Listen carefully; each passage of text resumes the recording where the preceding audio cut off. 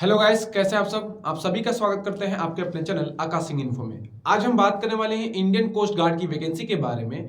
ये जो वैकेंसी है ये 10th और 12th लेवल के जो भी स्टूडेंट हैं, जो अभी 10th पास किए हैं, 12th पास किए हैं और जिनकी एज लिमिट कितनी होनी चाहिए, इस वीडियो में बात करेंगे। कितने नंबर ऑफ पोस्टों के लिए वैकेंसी निकल के आती है, क्या है एज लिमिट, क्या है क्वालिफिकेशन, सारी बातों को समझने वाले हैं इस वीडियो में। तो चलिए शुरू करते हैं इस वीडियो को और समझते हैं सारी इंफॉर्मेशन डिटेल में इस नोटिफिकेशन में।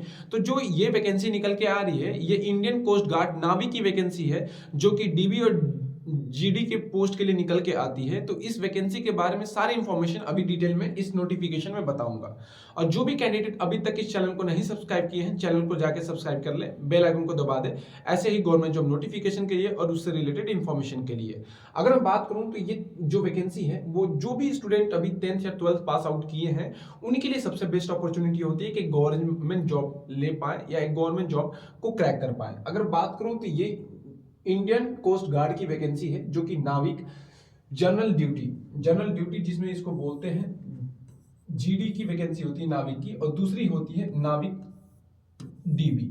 ये दो पोस्टों के लिए इसकी वैकेंसी फुलफिल की जाती है, जिसके ऑनलाइन एप्लीकेशन फॉर्म कब से स्टार्ट हो रहे हैं। तो ऑनलाइन एप्लीकेशन फॉर्म 11 फरवरी 2025 से लेके 25 फरवरी तक इसके ऑनलाइन फॉर्म स्टार्ट होंगे।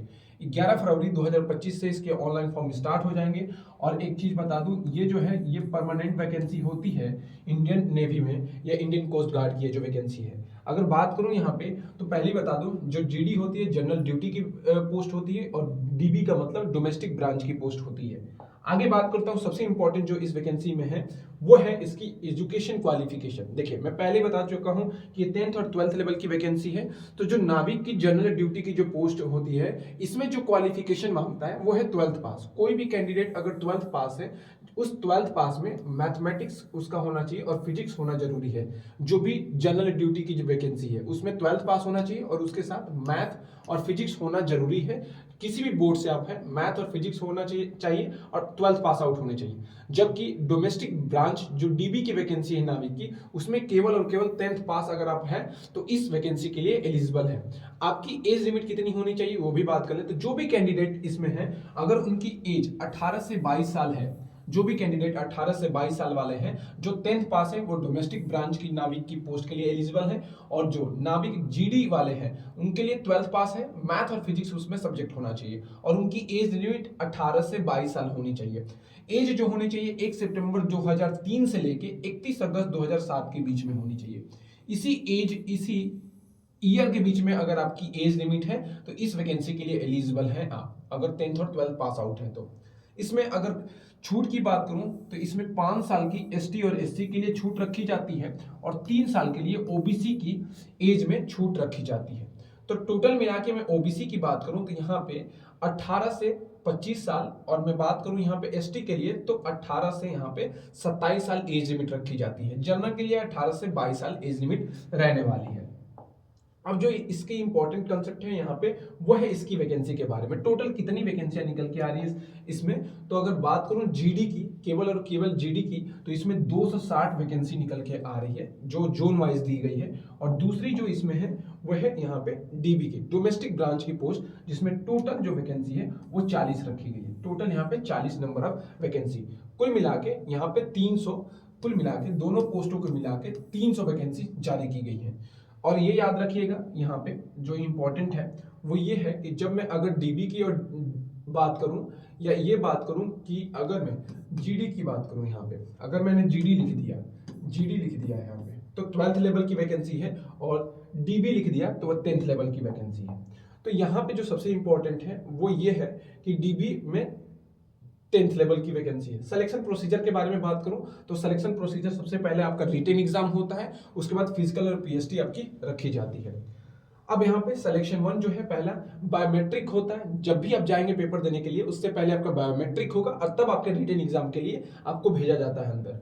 ठीक है, तो कंप्यूटर बेस्ड एग्जाम होता है, वहां पे आपका बायोमेट्रिक होता है, डॉक्यूमेंट वेरिफिकेशन होता है। ठीक है, अब यहाँ पे बता दूं, यहाँ पे जो भी कैंडिडेट हैं वो कैसे इस पोस्ट के लिए अप्लाई करेंगे, तो रिटन टेस्ट क्या होता है। देखिए, अगर मैं बात करूं यहाँ पे तो जो भी कैंडिडेट है,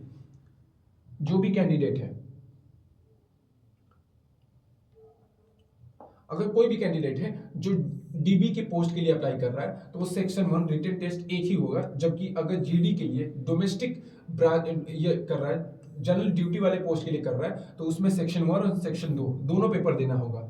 उसमें अगर मैं बात करूं 30 नंबर जनरल ईडब्ल्यूएस और ओबीसी की पासिंग मार्क होती है, जबकि 27 एसटी और एससी के लिए रहता है। अगर मैं बात करूं जीडी वाले पोस्ट के लिए, जिसको जनरल ड्यूटी बोलते हैं, उसमें 2 सेक्शन के पेपर होते हैं। पहले सेक्शन में क्या होना चाहिए, पहले सेक्शन और दूसरे सेक्शन को मिला के यहाँ पे 50 नंबर होना चाहिए जनरल, ओबीसी और ईडब्ल्यूएस के लिए, जबकि एसटी और एससी के लिए 44 नंबर आपके होने चाहिए, तभी आपका यहाँ पे क्वालिफाई माना जाएगा। अगर इसमें बात करूं यहाँ पे इसमें कितने क्वेश्चन पूछे जाते हैं एग्जाम पैटर्न के बारे में, तो देखिए पहले बता चुका हूं, जो यहाँ पे सेक्शन 1 है वो 10th लेवल की वैकेंसी है, जिसको यहाँ पे बोलेंगे यहाँ पे जनरल, इसको क्या बोलेंगे, यहाँ पे बोलेंगे इस वैकेंसी को बोलेंगे यहाँ पे, ये जो पोस्ट है ये निकल के आ रही है किसके लिए, वो जो केवल 10th लेवल की वैकेंसी है। तो जो 10th लेवल की वैकेंसी है वहां पे उसको बोलते हैं जीबी, और जो ये 12th लेवल की वैकेंसी है इसको बोलते हैं जीडी।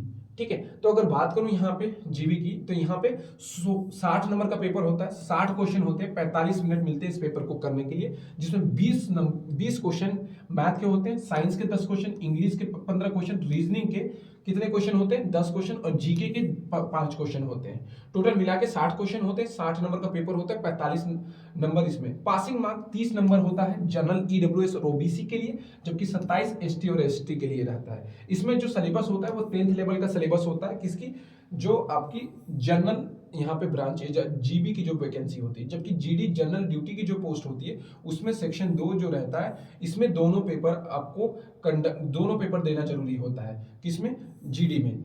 सबसे पहले ये तो देना ही है, इसके साथ आपके पास मैथ्स और फिजिक्स होने चाहिए, मैथ्स और फिजिक्स होना चाहिए, क्योंकि इसमें 12th लेवल की वैकेंसी है, इस वजह से मैथ और फिजिक्स के क्वेश्चन पूछे जाते हैं। 50 क्वेश्चन रहते हैं, 50 नंबर का पेपर रहता है, 30 मिनट मिलते हैं इस पेपर को करने के लिए। मैं बोला 12th का मैथ और फिजिक्स इसमें पूछा जाता है। इसमें जो रहेगा पहला और दूसरा दोनों सिलेबस पूछा जाता है, मैं ऑलरेडी ऊपर बता चुका हूँ। अगर नॉर्मलाइजेशन का फॉर्मूला यहाँ पे दिया कि नॉर्मलाइजेशन किस हिसाब से होता है, ये सारी चीजें दी हैं। अब आगे जो इंपॉर्टेंट है वो है there is no negative marking. देखिए यहाँ पे जो भी रिटन एग्जाम होता है उसमें कोई भी यहाँ पे निगेटिव मार्किंग नहीं होती है इस वैकेंसी में, तो ये आप याद रखिएगा कि यहाँ पे कोई भी निगेटिव मार्किंग नहीं होती है। स्टेज 2 क्या होगा, स्टेज 2 जो होगा यहाँ पे कंप्यूटर बेस्ड एग्जाम हेल्ड होगा, ठीक है, असाइनमेंट टेस्ट होगा, और यहाँ पे फिजिकल एफिशिएंसी टेस्ट होगा। फिजिकल एफिशिएंसी टेस्ट में क्या होगा, फिजिकल में आपके पास क्या होगा, तो यहाँ पे 1.6 किलोमीटर की रनिंग होती है जो 7 मिनट में आपको कंप्लीट करना होगा, और 20 स्क्वाड होता है, उठक बैठक जिसको बोलते हैं, और 10 थे पुशअप आपसे यहाँ पे करवाएंगे। ठीक है, 1.6 किलोमीटर की रनिंग होती है 7 मिनट में, ये बहुत ही ज्यादा टाइम है इतने किलोमीटर की रनिंग कंप्लीट करने के लिए। अगर मैं बात करूं डॉक्यूमेंट वेरिफिकेशन के लिए, उसके लिए 10th और 12th लेवल की मार्कशीट होनी चाहिए, और आपके पास अपना आइडेंटिटी कार्ड होना चाहिए या आधार कार्ड होना चाहिए।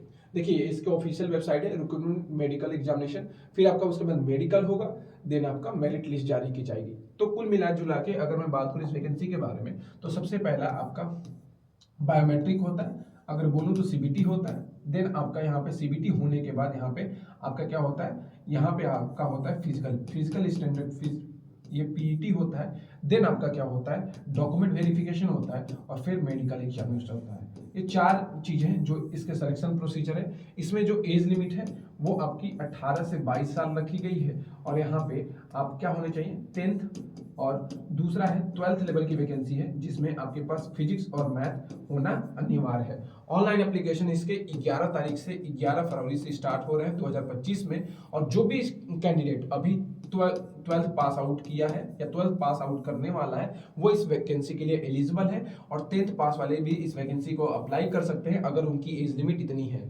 तो ये परमानेंट वैकेंसी है, जो भी स्टूडेंट इस वैकेंसी को गेन करना चाहता है या पाना चाहता है वो इस क्राइटेरिया को फिलफिल करेगा तो इस वैकेंसी को क्रैक कर लेगा, और यही इसकी एज लिमिट सिलेबस जो भी है मैंने बता दिया है, डिस्क्रिप्शन में लिंक दे दूंगा, तो आप जाके वहां पे चेक कर सकते हैं, और पीडीएफ को भी डाउनलोड कर सकते हैं, जो भी इसका है उसका पीडीएफ है। और दूसरी चीज कि जो भी इंफॉर्मेशन आपको चाहिए मेरे टेलीग्राम चैनल को क्या कर सकते हैं, जाके फॉलो कर सकते हैं, वहां पे आपको हर चीज की पीडीएफ मिल जाएगी, जो भी नोटिफिकेशन आता है वहां पे मिल जाता है। अभी के लिए इतना ही, थैंक यू।